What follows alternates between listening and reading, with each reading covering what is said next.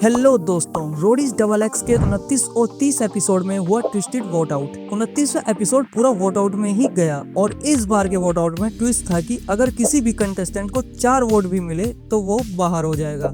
And इस हिसाब से होने को तो 6 भी वोट आउट हो सकते थे, बट प्रिंस की गैंग तो अपनी ही टीम को वोट आउट करने में लगी थी। एंड सिर्फ 2 कंटेस्टेंट ही वोट आउट हुए और दोनों प्रिंस के गैंग से, निशी और किलिंगपी।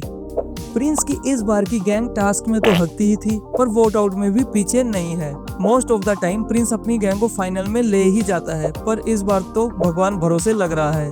फिर जो एल्विस ने रेड एनवलप खरीदा था 4200 रोडियम का, उसमें वो एक वोट आउट कंटेस्टेंट को अंदर ला सकता था। वहाँ दोनों किलिंगपी और निशी ने पिचिंग में पूरा दम लगा दिया, जिसमें निशी ने प्रिंस को कुछ ज्यादा ही सुना दिया। फिर एल्विस ने किलिंगपी को चुना, क्योंकि एल्विस भी उड़ता तीर अपनी गैंग में नहीं लेना चाहता था।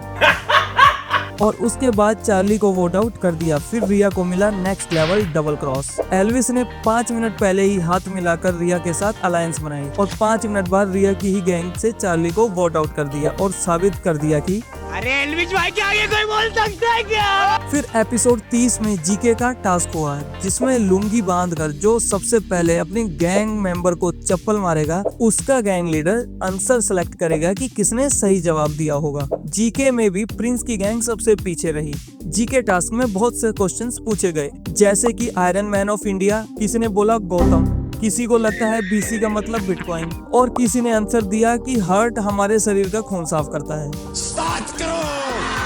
फिर नेहा को गुस्सा आया कि ये कोई मजाक चल रहा है, इतने सिंपल क्वेश्चंस के आंसर नहीं पता।